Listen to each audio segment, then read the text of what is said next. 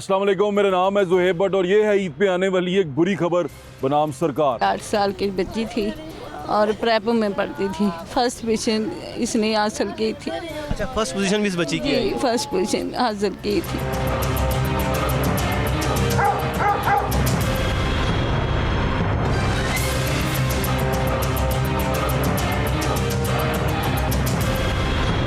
दुनिया भर से बहुत बुरी खबरें आ रही हैं इस वक्त। तमाम जो हमारा खिता है स्पेशली वो मुश्किलात की जद में है, लेकिन हमारे शहर के अंदर एक ऐसा खौफनाक वाक़या पेश आया कि मुझे बताते हुए भी मेरी हिम्मत नहीं पड़ रही कि मैं वो कैसे बताऊं। लेकिन आपने टीवी पे बहुत सारी जगहों पे देख लिया कि एक छोटी मासूम बच्ची जो एक आवारा कुत्ते का शिकार बन गई और वो बच्ची को इस कदर ज़ख्मी कर दिया गया कि वो ज़ख्मों की ताब ना लाते हुए अस्पताल में चल बसी।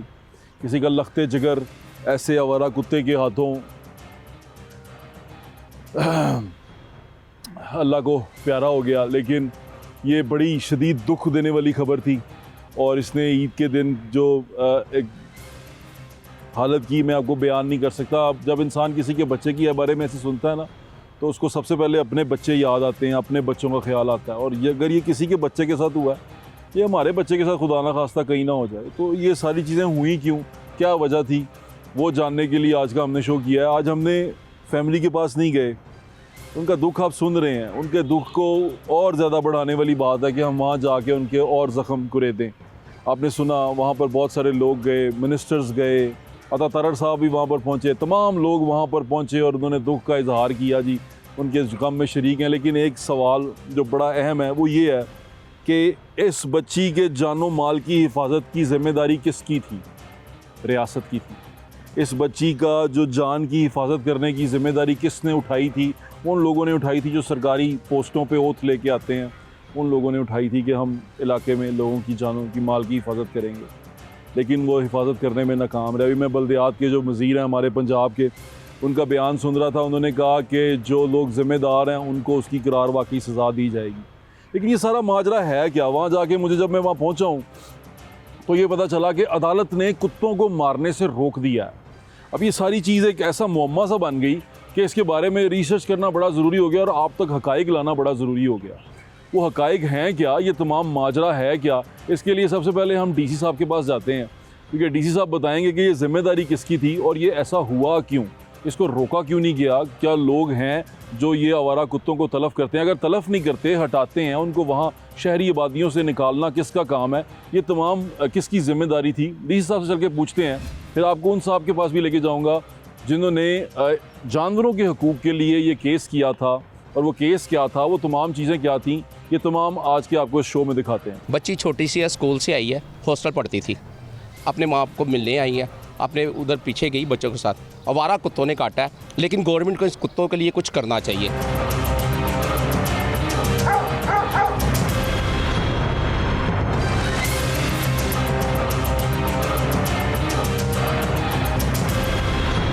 हमारे साथ मौजूद हैं डिप्टी कमिश्नर लाहौर अली इजाज़ साहब, कैप्टन रिटायर्ड अली इजाज़ साहब। उनसे बात करते हैं। अस्सलाम वालेकुम। वालेकुम सलाम। कैसे हैं आप? ठीक ठाक। भाई, ये बड़ा एक अफसोसनाक वाक़या हुआ लाहौर शहर के अंदर और इस पर बहुत सारी चीज़ें नई सुनने में मिली। मैं जब इसके ऊपर बातचीत कर रहा था लोगों से, कुछ ने कहा कि अदालती अहकाम है कि कुत्तों को ना मारा जाए और उसको तलफ़ नहीं कर सकते, इंसानी जान की अहमियत नहीं, इस तरह का कुछ बयान लोगों ने दिए।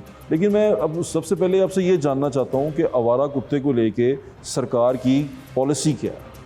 उसमें पॉलिसी बड़ी एक वाज़ेह पॉलिसी एक बनी हुई है, जिसमें ये ऑर्डर्स हैं कि जो डॉग्स हैं उनको आपने शूट तो नहीं करना अनलेस वो है, उसको रेबीज़ है या वो पागल कुत्ता है।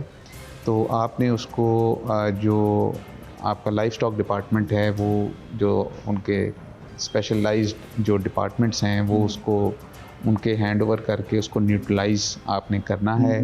फिर उसमें पॉलिसी में एनजीओज़ का भी रोल काफ़ी इम्पॉर्टेंट है कि भाई उन्होंने उसको गवर्नमेंट के साथ मिल के उन डॉग्स के लिए कोई वेयर हाउस, कोई जगह वो करके उनको लुक आफ्टर करना है। ठीक है। अच्छा, क्या अदालत ने कोई हुक्म दिया था कि इस पॉलिसी पे अमल दरामद रोका जाए, या पॉलिसी को ये कुत्तों को लेके जो गवर्नमेंट के तमाम हैं इकदाम वो ना उठाए जाएं, आवारा कुत्तों को स्पेशली लेके?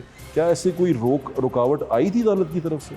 रुकावट इस लिहाज से उसको अगर आप देखना चाहें तो वो ये प्रॉब्लम एक आता है कि तादाद इनकी है बहुत ज़्यादा, और उनको अक्सर जो एक ट्रेडिशनल एक पॉलिसी पुरानी एक जो तरीक़ाकार होता था कि भी उनको वो मारते भी थे, ये है वो है, तो ज़ाहिर है उस ट्रेडिशनल तरीके से जब हट के तरीका ही अपनाया गया तो उसमें प्रॉब्लम्स आई, क्योंकि तादाद इनकी बहुत ज़्यादा है, और अनलेस अगर इस तरह का कोई एग्रेसिव मैयर ना लिया जाए तो वो उस पर कंट्रोल करने में, और फिर ज़ाहिर है उतनी तादाद में वेयर हाउस में रखने की इस्तेदाद भी किसी एनजीओ में अगर कोई आ जाए तो बड़ी अच्छी बात है, बट फ़िलहाल ऐसी कोई चीज़ सामने कंट्री में या हमारे मुल्क में मिसाल नहीं मिलती। अभी तक ऐसा कुछ नहीं सामने आया कि इतनी बड़ी तादाद में उनको कंटेन वेयर कर हाउस भी सकें। रखें उनको, फिर वो संभालें भी ना, कोई इस तरह की एनजीओ इस टाइम है नहीं, तो वो ज़ाहिर है जब वो नई चीज़ तो फिर एक गैप आ जाता है, और वो फिर दूसरी साइड से आप हैंडीकैप होता है कि आप वो भी एक्शन नहीं ले सकते एग्रेसिव, तो वो फिर उससे ये होता है कि प्रॉब्लम क्रिएट होता है।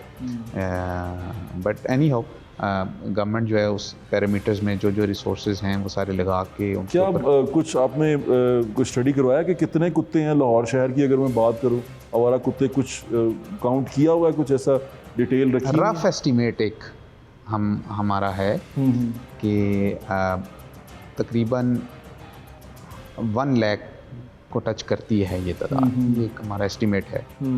और इसको क्या कहते हैं, जैसे आप नसबंदी भी करते हैं, आपकी पॉलिसी में ये है कि जो सरकार न्यूट्रलाइज है करना होता है, वो उसको न्यूट्रलाइज करेगी, कुत्तों की नसबंदी भी करेगी ताकि वो मल्टीप्लाई ना हो। वो इसके ऊपर काम कर रहे हैं। वो इसी तरह ही होता है, जब डॉग कैचिंग की जाती है तो उसके बाद फिर लाइफ स्टॉक डिपार्टमेंट उसको उनके हवाले करके उसको न्यूट्रलाइज किया जाता है। इसको MCL देखता है? MCL का पार्ट होता है जो कमेटीज़ होती हैं कैचिंग का, जो बाकी पार्ट है वो फिर लाइफ स्टॉक डिपार्टमेंट देखता है। अच्छा डी साहब, ये जो अभी ये स्पेसिफिक वाक़या है, इस पे हुकूमती लोग भी गए, तरड़ साहब भी आए, सब लोग वहाँ पर आए, बल्कि आप भी वहाँ मौजूद थे। उन्होंने वहाँ पर वज़ीर बल्दियात ने बात की, उन्होंने कहा कि जो लोग ज़िम्मेदारान हैं उनको सज़ा दी जाएगी, उनको कटहरे में लाया जाएगा। वो कौन है ज़िम्मेदारान जिन्होंने ये किया? देखिए ओवरऑल तो जो भी आप कह लें इन्वॉल्व अगर इसमें वो एक डिपार्टमेंट्स हैं, सारा कुछ है, बट एक अनफॉर्चुनेट है, एफर्ट्स भी पूरी हैं, सब कुछ कर रहे हैं। मतलब आप ये देखें कि ईद पे नॉर्मली इस तरह के फंक्शंस नहीं होते हैं ना, सिर्फ सफाई की ओर होते हैं, बट टू दिस एक्सटेंट ये ईद वाले दिन भी एक्टिविटी हो रही थी, क्योंकि उसका डेटा सारा मेंटेन होता है ना आपके पास, टीम्स फील्ड में होती हैं, पिक्चर्स भी होती हैं, आप देख भी रहे होते हैं, तो वो तो एफर्ट तो पूरी एक गवर्नमेंट ने कोई अपनी तरफ से उसमें वो नहीं छोड़ा कि भाई हम चलो ईद के बाद कर लेंगे या गैप दे देंगे, तो वो एफर्ट्स अपनी जगह पूरी चल रही है। इन्वेस्टिगेट किया? आपको क्या लगा कि क्या वजह क्या हुई? क्योंकि एक बच्चे की जान चली गई, बच्चा ज़ख्मी है, आपने इन्वेस्टिगेट किया कि वजह क्या बनी है, कि क्यों इस तरह हो गया? अगर हम मेंटेन कर रहे थे, हम देख रहे थे, वो कुत्ते वहाँ मौजूद थे, कुछ ऐसा हो रहा था, कोई एक्टिविटी वहाँ पर हो रही थी, बच्चे वहाँ मौजूद थे, तो आपने देखा क्या वजह क्या बनी कि वो हो गया ये सारा कुछ? ना अभी तो बड़ा इनिशियल स्टेज है, कबल अज़ वक्त होगा कोई भी बात करना, बट एनी हाउ उस जगह भी एक्टिविटी ये कैरी आउट हुई थी, कुछ दिन पहले भी हुई थी, रूटीन में भी हो रही थी, मतलब वो इग्नोर्ड एरिया नहीं था। ठीक है, but still any how bad luck, एक अनफॉर्चुनेट। अली भाई, अभी ये वाक़या एक जो हो गया है, इसके बाद अब हम सारे ये सोच रहे हैं कि इसका हल क्या निकलता है। आपने गवर्नमेंट ने कोई इसके बारे में कुछ सीरियस, क्योंकि अभी जो आपने मुझे बात बताई, गवर्नमेंट कहीं ना कहीं जाके हैंडीकैप हो जाती है ना, कि आप कहते हैं कि आप उसको मार नहीं सकते, कानून में कोई क्लियर इंस्ट्रक्शंस इस तरह की नहीं है कि आपने उसको न्यूट्रलाइज करना है, फिर आपके पास अमला इतना मौजूद नहीं है कि वो जगह जगह जाके इनको करे, इनका ख्याल रखे या इनको उठाए, एनजीओ इतनी मौजूद नहीं है, तो आपने सोचा क्या है? अब ये प्लान क्या करना है, इसको कैसे आपने ठीक करना है? कुछ प्लान किया गवर्नमेंट ने? अगर ऑब्वियसली गवर्नमेंट तो हर वक्त इवॉल्विंग एक हमारा प्रोसेस होता है, मुख्तलिफ़ चीज़ों से चीज़ें लर्न भी कर रहे होते हैं और फिर उसको इम्प्रूव भी कर रहे होते हैं टाइम के साथ साथ।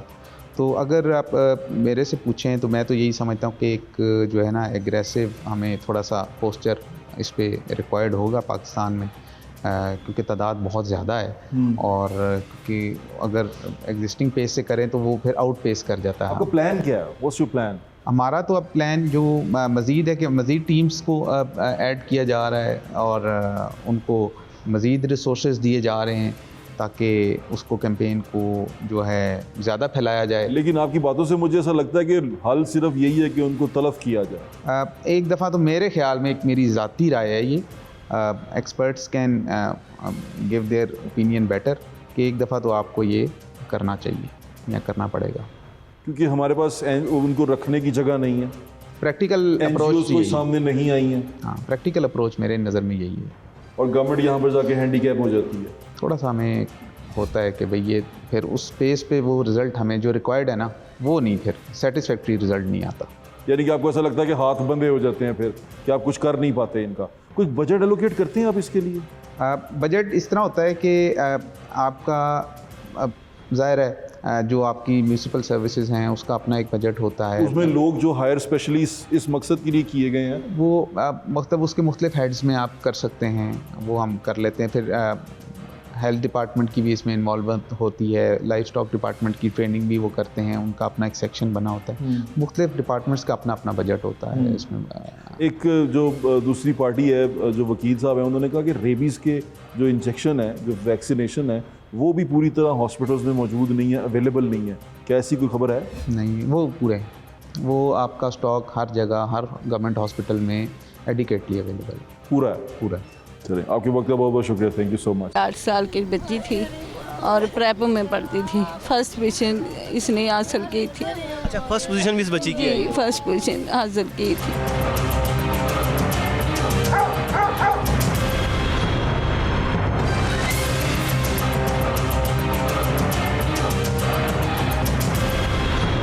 आपने सुन लिया डी साहब ने क्या कहा। डी साहब बिल्कुल मजबूर नज़र आए। उनको लगा, मुझे उनसे बात करके ये अंदाज़ा हुआ कि उनके हाथ में कुछ नहीं है और वो इसका कुछ कर भी नहीं पाएंगे। या तो रिसोर्स की कमी है, और वो उनकी बातों से लगा कि रिसोर्स की बहुत ज़्यादा कमी है। वो शायद शेल्टर ही ना बना पाएँ, और वो कुत्ते जो उनसे हैं वो रखें तो कहाँ रखें, वो जानवर कहाँ इकट्ठे करें।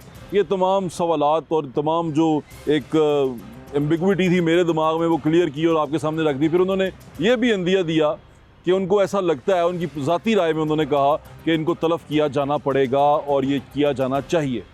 अब मैं आपको लेके चलता हूँ वकील साहब के पास, जिन्होंने ये केस किया, क्योंकि जब हमने डी साहब से बात की तो ये पता चला कि पॉलिसी के मुताबिक आप जानवर को मार नहीं सकते। यानी कि वो, हम तो देखते ही आए हैं बचपन से, गोलियां चला रहे हैं, वो बंदूकें लेके आते हैं, रिवॉल्वर होता है इनके पास, वो ला के कुत्तों को मारते हैं, जगह जगह गलियों में मारते हैं, फिर कुत्तों को उठा के ले जाते हैं। ये मुहिम चलती रही है।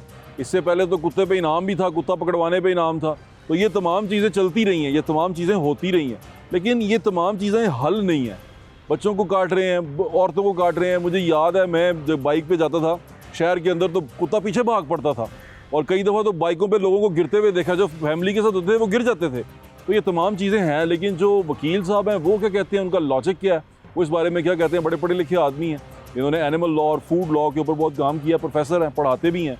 अल्तमश सईद साहब आए, चल के इनसे बात करते हैं, इनसे पूछते हैं कि ये जो माजरा हुआ है, अब इसके बाद कानून क्या कहता है, और इस कानून को कैसे बेहतर किया जा सकता है कि हम जानवर बेज़ुबान की जान भी बचा लें, उसको भी किसी तरह कंट्रोल कर लें, और अपने बच्चों की जानें बचा सकें। इसके लिए हम क्या कर सकते हैं, आए अल्तमश साहब से पूछते हैं। बच्ची छोटी सी है, स्कूल से आई है, हॉस्टल पढ़ती थी, अपने माँ बाप को मिलने आई है, अपने उधर पीछे गई बच्चों के साथ। आवारा कुत्तों ने काटा है, लेकिन गवर्नमेंट को इस कुत्तों के लिए कुछ करना चाहिए।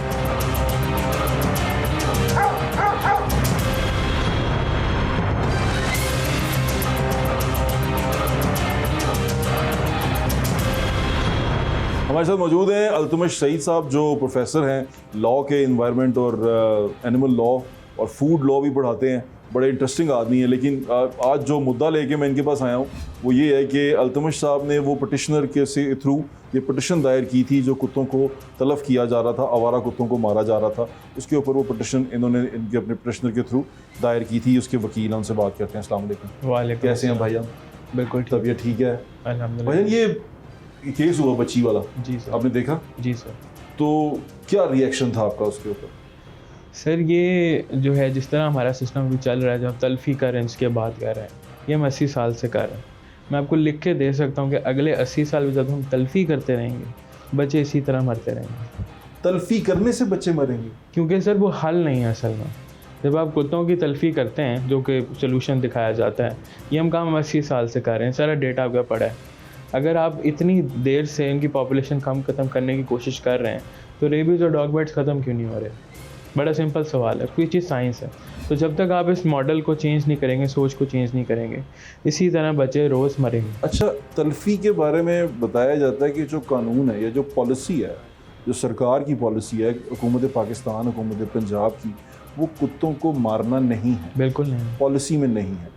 पिटिशन क्या थी, वो क्या दायर किया था आपने, वो क्या था? सर वो पिटिशन जो है उससे पहले हमने एक और केस फाइल किया था, उसकी मैं थोड़ी सी हिस्ट्री देना चाह रहा हूँ। ये छोटी काविश नहीं थी।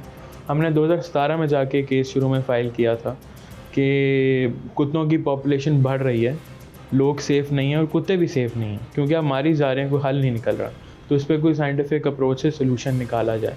लोकल गवर्नमेंट का पावर्स हैं, वो उस पर इनैक्टमेंट कर सकती है। ठीक है। वो केस 2025 में जाके डिसाइड हुआ था, मैं वकील था उसमें, और उस केस में एक पॉलिसी बनाई और हाई कोर्ट में लगा था। जी सर, जैसे शायद ग्रीन के पास। जी, डबल डिवीजन बेंच थी उनकी। अच्छा। उन्होंने फैसला दिया था, इसमें पॉलिसी बनी थी एनिमल बर्थ कंट्रोल पॉलिसी, इसका हम हवाला दे रहे हैं, वो भी मेरा ही केस था। ठीक है। उसकी पॉलिसी की वायलेशन जैसी भी बनी, उसमें लिखा था कि पॉलिसी को कम्प्लीटली इंप्लीमेंट करेंगे, वो फ़ौरन मार्च में ही वायलेट हो गई। फिर हमें मजबूरन केस को और फाइल करना पड़ा कि आप जो ये तल्फी कर रहे हैं, हज़ारों की तादाद में हुई, इसकी वजह से आपका प्रॉब्लम सोल्यूशन फिक्स नहीं हो रहा, तो आप इसको याद रोकें और पॉलिसी को इन लेटर एंड स्पिरिट इम्प्लीमेंट करें, ताकि जानवर तो सेफ़ होंगे ही, वो तो सबको नज़र आ रहा है, बच्चे और औरतें भी सेफ़ हो जाएंगी। क्योंकि केसेस इतने ज़्यादा हैं। बच्चे वाला, वो छोटी बच्ची, किसी की बच्ची कुत्ते ने मार दी। अब देखें जो फैमिली है, उन्होंने वहाँ पर जो बातें हुई, जो लोगों से उन्होंने बात की, उनको ये कहा गया कि अदालत ने रोका हुआ है कुत्तों को मारने से, और वो सारा एंगर और एंगुश सारा अदालत की तरफ या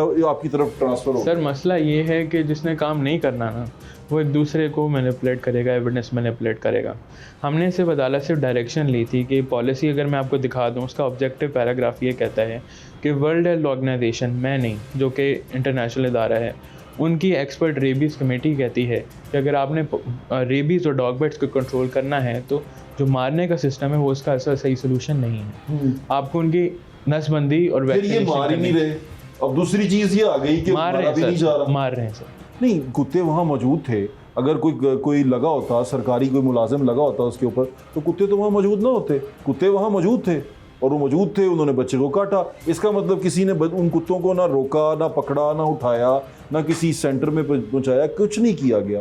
इसका मतलब तो नहीं कुछ कर रहे थे ना सर। वो सामने अब नहीं मार सकते, उनको पता है गैर कानूनी है, तो साइड पे मारते हैं। उसका डेटा मेरे पास है, अगर आपको चाहिए मैं आपको दे दूँ। नहीं, आप अल्तमश भाई बिल्कुल ठीक कह रहे हैं, मैं आपकी बात से एग्री करता हूँ। एक कानून है, उसके मुताबिक उनको तलब करना है या उसकी नसबंदी करनी है, या इसमें एनजीओ का भी एक बहुत बड़ा रोल है, वो मैं आपसे डिस्कस करूँगा। लेकिन अब ये मार नहीं रहे थे, कुत्ते वहाँ मौजूद थे। इन कुत्तों को मेरे ख्याल से टच भी नहीं किया जा रहा था, बिल्कुल हाथ भी नहीं लगाया जा रहा था। उनकी आबादी भी बढ़ी थी और वहाँ नुकसान हुआ। अब क्या करना है हमने? अब क्या होगा? बच्चा जिसका नुकसान हो गया, उसका बच्चा तो मर गया। हाँ जी। अब क्या करना है हम? सर अब हमने अगला बच्चा बचाना है ना। वो कैसे करना है मुझे बताएं, क्योंकि आप एनिमल लॉ के ऊपर काम करते हैं, बल्कि पढ़ाते भी हैं। बिल्कुल। क्या कहता है कानून इस बारे में? सर जो वर्ल्ड हेल्थ ऑर्गेनाइजेशन जो है, उन्होंने इस पर साइंटिफिक रिसर्च की थी कि कुत्ता जो है इंसान के, अगर आप देखते हैं, अगर आप उसकी पॉपुलेशन कम करते हैं मार के, अगर आप इंसान की पॉपुलेशन भी कम कर देंगे मार के, तो वो रैपिडली रिप्रोड्यूस करेगा, क्योंकि उसको रिस्क होता है उसकी पॉपुलेशन ख़त्म हो जाएगी। इसको इक्विलिब्रियम, बायोलॉजिकल इक्विलिब्रियम कहते हैं साइंस की ज़ुबान पे। कुत्तों में भी वो चीज़ होती है। तो अगर आप एक जगह से कुत्तों को निकाल रहे हैं, तो आप वो जगह खाली कर रहे हैं, ऐसी है ना। उस खाली जगह में और डेंजरस डॉग्स ने आना है, क्योंकि उनकी तो आपने ना उनकी आपने नसबंदी की है, ना वो वैक्सीनेटेड है। नॉन वैक्सीनेटेड डॉग डेंजरस होता है। और जैसे ही मर्द हजरात होते हैं, मर्द हम बात कर रहे हैं, हमारे अंदर कुछ हार्मोन्स होते हैं जिसकी वजह से हम एग्रेसिव होते हैं इंसानों के ख़िलाफ़, और जानवरों में भी वो हार्मोन होता है।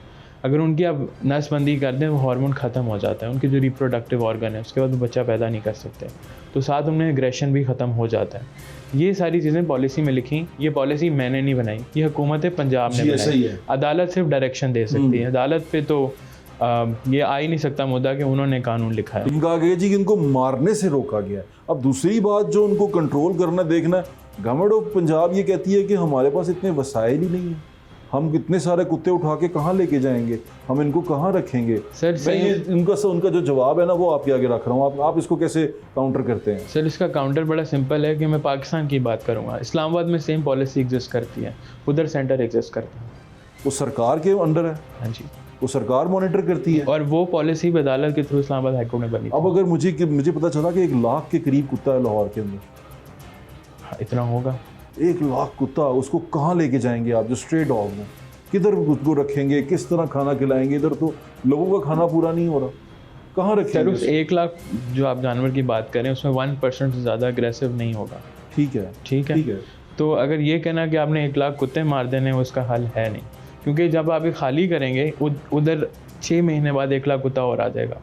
ये तो हमारा सोल्यूशन नहीं है ना कि हमने ख़त्म कर दिया, क्योंकि उससे हल नहीं होगा। आपने उनकी नसबंदी करनी बहुत ज़रूरी है, क्योंकि जब तक वो उस जगह में रहेंगे उस टाइम कोई और कुत्ता नहीं आएगा।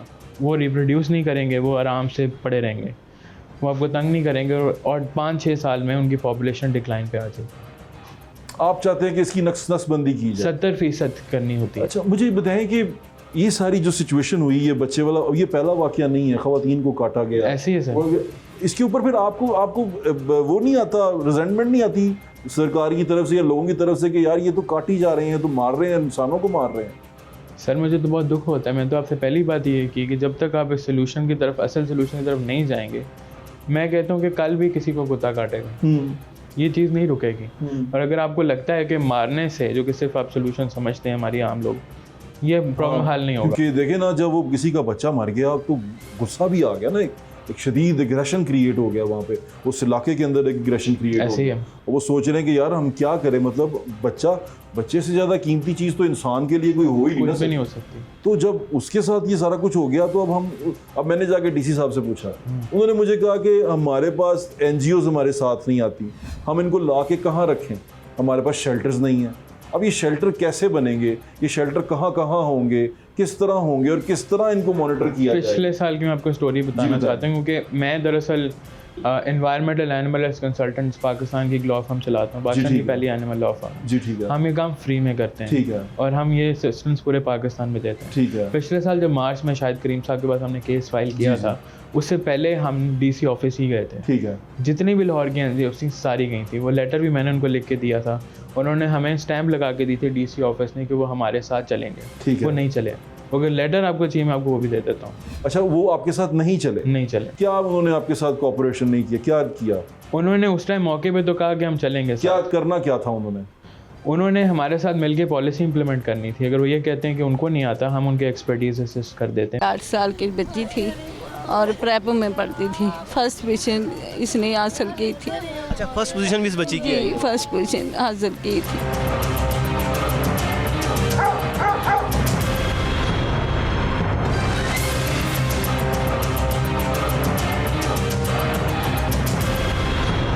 तो भाई इन्होंने आपके साथ कोऑपरेशन करना था ना, मानी कि इन्होंने आपका साथ देना था। वो क्या साथ, आपका जो रिटर्न एग्रीमेंट आपने मुझे कहा कि स्टैंप लगी हुई है, हाँ जी। वो क्या था?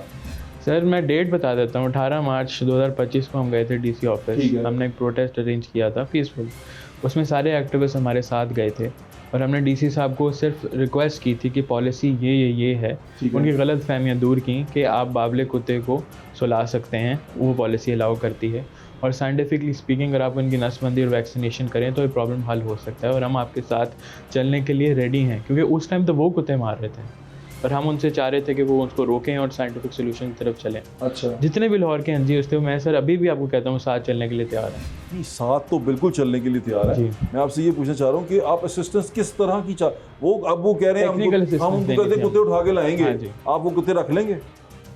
जितनी जगह है उतनी रखेंगे ना। लेकिन अगर जितनी जगह नहीं है फिर क्या करेंगे? सेंटर हमें मिलके बनाना पड़ेगा। सेंटर के बगैर तो ही हल हो सकता। यानी कि आप गवर्नमेंट से चाहते हैं गवर्नमेंट सेंटर बनाए? जगह तो दे, एटलीस्ट जगह तो लॉट हो सकती है ना। तो शहर से बाहर हो सकती है? बिल्कुल ठीक है, बाहर ही होगी, शहर में नहीं हो सकती। शहर में नहीं हो सकती क्योंकि इस्लामाबाद का सेंटर है वो भी शहर से बाहर है। बिल्कुल ठीक है कि वहाँ पर रखा जाए और उन्हें कंट्रोल किया जाए। अच्छा, स्ट्रे डॉग्स जो होते हैं, ये आवारा कुत्ते होते हैं, इनके बारे में क्या आप सोचते हैं? क्योंकि अब गवर्नमेंट ये कहती है कि इनको आप जो हमारे ऑफ द रिकॉर्ड चीज़ें चलती हैं वो ये कि तलफ कर दो ना, मार दो, और वो कर भी रहे हैं ऐसे उनको। क्योंकि मैंने खुद 2-3 दफ़ा विटनेस किया। मैं सुबह कहीं जा रहा था तो फायर की आवाज़ आई। मैं बड़ा परेशान हुआ, मैं कहा शायद कोई फायर हुआ। हाँ। मैंने देखा तो वो कुत्ता मारा, उन्होंने गन लेके आए हुए थे, उससे उन्होंने कुत्ता मारा। बिल्कुल ऐसी ही। तो ये अब इसके अलावा इनके पास क्या हाल है, ये क्या करें? मैं या तो आप इनको कोई डिज़ाइन करके दें, कुछ बना के दें, या कानून के अंदर तरमीम करें तो फिर कोई बात बनती है, वरना तो इसी तरह लोगों के बच्चे मरते रहेंगे। यार कल आज किसी का हुआ, खुदा ना खास्ता हमारे साथ कल कोई हादसा हो सकता बिल्कुल है, ऐसी। हमारे खुद के साथ हो सकता है। तो सर मैं तो आपको यही बता रहा हूँ, कानून हम बनवा चुके हैं। कितने कानून बनवाने हैं आपने? इम्प्लीमेंट नहीं हो रहा। नहीं हो रहा। वो कहते हैं हमारे पास इतने रिसोर्सेज नहीं है कि हम ये जो बनाया है इसको करें, इसको इम्प्लीमेंट करें। फिर क्या करेंगे आप? मैं ये तो कह रहा हूँ कि क्या NGOs इसमें हेल्प आउट कर सकती जी हैं? सर बिल्कुल हेल्प करेंगे। वो शेल्टर्स बना के दे सकती हैं? जगह गवर्नमेंट देगी, बनवा हम जीव सकते हैं, जगह तो NGO अरेंज नहीं कर सकती। यानी कि आप इस बात पे एग्री हैं कि अगर जगह गवर्नमेंट कहीं पे अरेंज कर दे बिल्कुल। तो आप वहाँ पर सेटलमेंट कर सकते हैं और उन जानवरों के खाने का ख्याल रख सकते हैं? हाँ जी, सोसाइटी सपोर्ट के साथ हम बिल्कुल रख सकते हैं। सोसाइटी सपोर्ट करेगी? जी जी इंशाल्लाह करेगी। हाँ हाँ। चलिए ये तो बड़ी अच्छी बात है। अच्छा ये फाइनल भी आप ये बता दें कि अब आपको क्या हल क्या नज़र आ रहा है, क्योंकि गवर्नमेंट के बारे में पास तो मेरे ख्याल से अभी भी कोई कोई ऐसी चीज़ नहीं है। मुझे ऐसा लग रहा है कि कहीं शुरू में ये दोबारा मुहिम शुरू हो जाएगी थोड़ी देर में। सर शुरू हो चुकी है, पर अगर गवर्नमेंट को ये लगता है उनके पास रिसोर्सेज नहीं हैं तो बहुत इंटरनेशनल NGOs भी हैं जिनके साथ मैं खुद डायरेक्टली काम कर चुका हूँ। ठीक है। अगर वो मौका दें उनको बुलाया जा सकता है पाकिस्तान में एक्सपर्ट हेल्प लेने के लिए, कोई मसला तो नहीं है। यानी कि आप ये भी हेल्प कर सकते जी हैं? बिल्कुल। आप इनको इसमें भी वो कर सकते हैं, उनकी मदद कर सकते हैं? जी जी। अब दुनिया की सबसे बड़ी एक NGO human society United states, वो पाकिस्तान में आ सकती है। एक animal society animal alliance Asia है, वो पूरे एशिया में काम करती है, वो पाकिस्तान में आ सकती है। 4 इंटरनेशनल पाकिस्तान में आ चुकी है। जो कार्बन हाथी वाले केसेस आपने देखे थे वो इंटरनेशनल हेल्प थी, वो अवेलेबल है। गवर्नमेंट एक बार हमारे साथ चलने की कोशिश करें, हम 100 ऑफिसरों के साथ चलेंगे। चलिए तो बड़ी अच्छी बात है, लेकिन तो नुकसान जो सा है वो बड़ा शदीद हुआ है। सर ये और उसके नुकसान ऊपर- रुकेगा नहीं। और इस पे जो रिजेंटमेंट आई थी ना, मैं इसलिए आपके पास आया। मैं आपसे इसलिए मिलना चाहता था क्योंकि जब पहली बार मैंने ये कहानी सुनी, मैंने ये सारा कुछ देखा, मेरा खुद का अंदर तबीयत बड़ी ख़राब हो गई। बच्ची है, मेरे खुद बच्चों वाला, ऐसी है। किसी की बच्ची है। अब जब वो बच्ची के साथ ये सारा कुछ हुआ तो पहली चीज़ जो मेरे दिल में आई थी ना कि मारना चाहिए। फिर मैंने थोड़ा सा लोगों से पूछा, अब मैं जर्नलिस्ट हो गया आपको ये बात बता रहा हूँ, मैंने लोगों से पूछा उनका अदालती फैसला है कि मार नहीं सकते। मैंने कहा ये क्या फैसला है कि मार नहीं सकते? फिर थोड़ा मैंने और चीज़ें पढ़ी तो मुझे पता चला कि मारने का तो कानून में भी नहीं है, हाँ जी। पॉलिसी भी नहीं है। बिल्कुल ऐसी। फिर मैंने जब वो आपका पूरा उसका केस की प्रोसीडिंग पढ़ी तो हाँ मुझे जी। पता चला कि आपने कहा कि कानून को इम्प्लीमेंट किया जाए, जी। कुत्ता मारने का नहीं। आपने कहा जो पॉलिसी है उसको इम्प्लीमेंट करने का कहा, और अदालत ने कहा कि कानून जैसे पॉलिसी के मुताबिक काम किया जाए। जी। लेकिन अब जो वहाँ पर लोग हैं जिनका बच्चा गया, उन्होंने कहा मारो इसको। उनकी तो लखते जिगर चला गया ना, ऐसी है। वो कहा मारो इसको। अब हम क्या करें? आपको क्या नज़र आता है? क्योंकि इसके बाद तो मैं खुद बड़ा अपसेट हो गया ना। मुझे कहानी तो ये, अब मुझे यहाँ पर आके और इस शो के थ्रू अब ये लोगों को बता रहे हैं कि अदालत ने कोई स्टे नहीं दिया हुआ। नहीं। हमें तो ये पता चला कि अदालत ने स्टे दिया। मैंने आपको ढूंढने की वजह भी यही थी कि मैं आपको ढूंढ के पूछूं कि ये स्टे क्यों लिया। लेकिन जब मैं थोड़ा पढ़ता गया, मैं तो उसका रिसर्च करता गया, तो मुझे समझ आया कि स्टे तो है ही नहीं। सर अदालत ऐसा स्टे दे भी नहीं सकती, आप कैसी बात कर रहे हैं? और मैं क्यों जाऊंगा अदालत में इंसानों के खिलाफ? वो दोनों बातें नहीं हो सकती। बिल्कुल ठीक है। दूसरा सर, मैं इसमें कुछ इंटरनेशनल लॉ कोट करना बताएं, चाहता हूँ। यूनाइटेड नेशन की convention on the rights of child, जिसमें बच्चे सारे आते हैं, वो ये कहती है कि एनिमल क्रूअल्टी अगर बच्चा देखे तो वो बच्चे के ख़िलाफ़ क्रूअल्टी है। तो जो आप बात कर रहे हैं ना, वो असल में क्रूअल्टी बच्चे के साथ हो रही है। और अगर हम ऐसी चीज़ें करते हैं, वो इंटरनेशनल लॉ की वायलेशन भी है। इसकी भी कॉपी मैं आपको दे दूँगा, मुझे कोई इशू नहीं है। मसला सर यही है कि उनकी नीयत नहीं है, और हम जितने रिसोर्सेज भी नहीं है। नीयत नहीं है, रिसोर्सेज भी नहीं है। रिसोर्सेज हैं इनके पास। Are sure? जी सर, हुकूमत है। चलें, बिल्कुल ठीक कह रहे हैं आप। आपके वक्त का बहुत बहुत शुक्रिया इल्तुश भाई, थैंक यू सो मच। बच्ची छोटी सी है, स्कूल से आई है, हॉस्टल पढ़ती थी, अपने माँ बाप को मिलने आई है, अपने उधर पीछे गई बच्चों के साथ। आवारा कुत्तों ने काटा है, लेकिन गवर्नमेंट को इस कुत्तों के लिए कुछ करना चाहिए।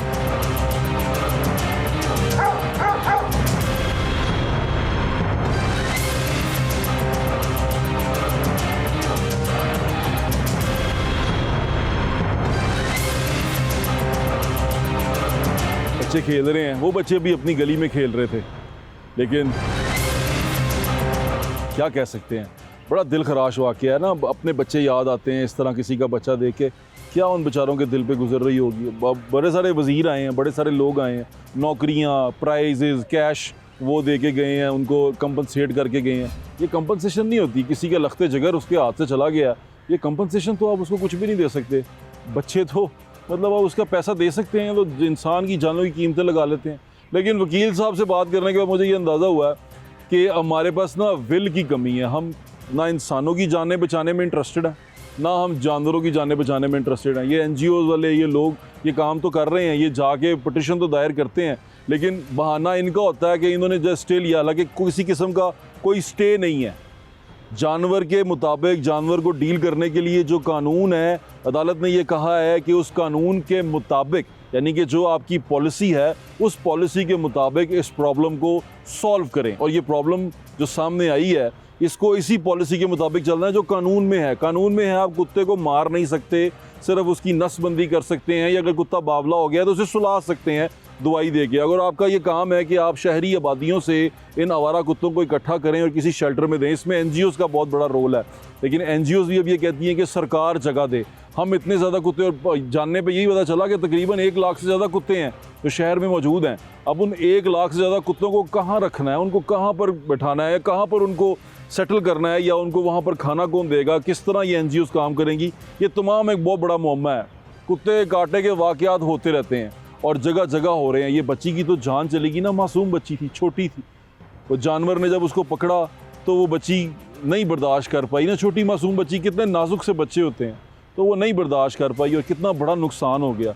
अब नाअहलियाँ हैं, इसका कोई वो नहीं है, जवाब नहीं है कि ये जी वो हो गया था, फ़लाँ थी, ये था, कोई नहीं था। एक बहुत बड़ी गैर जिम्मेदारी का सबूत दिया गया है। अब उस गैर जिम्मेदारी को पूरा कैसे किया जाए, उसके लिए रिसोर्सेज कहाँ से लाए जाएँ। तो मेरी दरख्वास्त ये है कि जो फजूल चीज़ों पे पैसा लगाते हैं, फजूल कामों पे चीज़ें लगाते हैं, उन्हीं पैसे को, उसी चीज़ों को सही मकसद के चीज़ों पे लगाया जाए। और अगर लगाया जाए तो मेरी सरकारी मुलाजमीन जो ये काम करते हैं उनसे मेरी गुजारिश है कि ईमानदारी से अपना काम करें। यहाँ पर होता ये है कि बंदे भर्ती करा दो, कुत्ता मार मुहिम दे विच लोकां नूं भर्ती करा दो, सरकारी नौकरी लग रहा है, जावे या ना जावे खैर है, उत्थे हाज़री लावे या ना लावे खैर है, या किसी और काम तो लग जाते ने हो। इस सरकारी नौकरी को जब आप करते हैं तो सोचें कि आप अपने मुल्क की खिदमत कर रहे हैं। ये सरकारी नौकरी नहीं है, ये आप अपनी खिदमत कर रहे हैं। तो अगर ये सोच के सरकारी नौकरी करने जाते हैं ना कि यार मैं जावांगा या ना जावां तो मैनू तनख्वाह तो आ जाएगी, ये सबसे बड़ा जुल्म है। ये इसी तरह कि आप अपना गोश्त खुद नोच नोच के खा रहे हैं। तो मेरी दरख्वास्त आपसे ये है, अपनी ज़िम्मेदारियों को पूरा करें। किसी का लख्ते जिगर उससे जुदा हो गया और ये कितनी अफसोसनाक खबर है कि इसके देख के बंदे का दिल दहल जाता है। आप यकीन करें मेरी हिम्मत नहीं पड़ी कि उस फैमिली का इंटरव्यू कर लो। दुनिया ने जाके इंटरव्यू किया, अपने बच्चे याद आते हैं कि आपका हौसला नहीं बढ़ता यार, उससे क्या पूछूं यार तेरा बच्चा। इंशाल्लाह फिर मुलाकात होगी। अल्लाह हाफ़िज़। पाकिस्तान जिंदाबाद।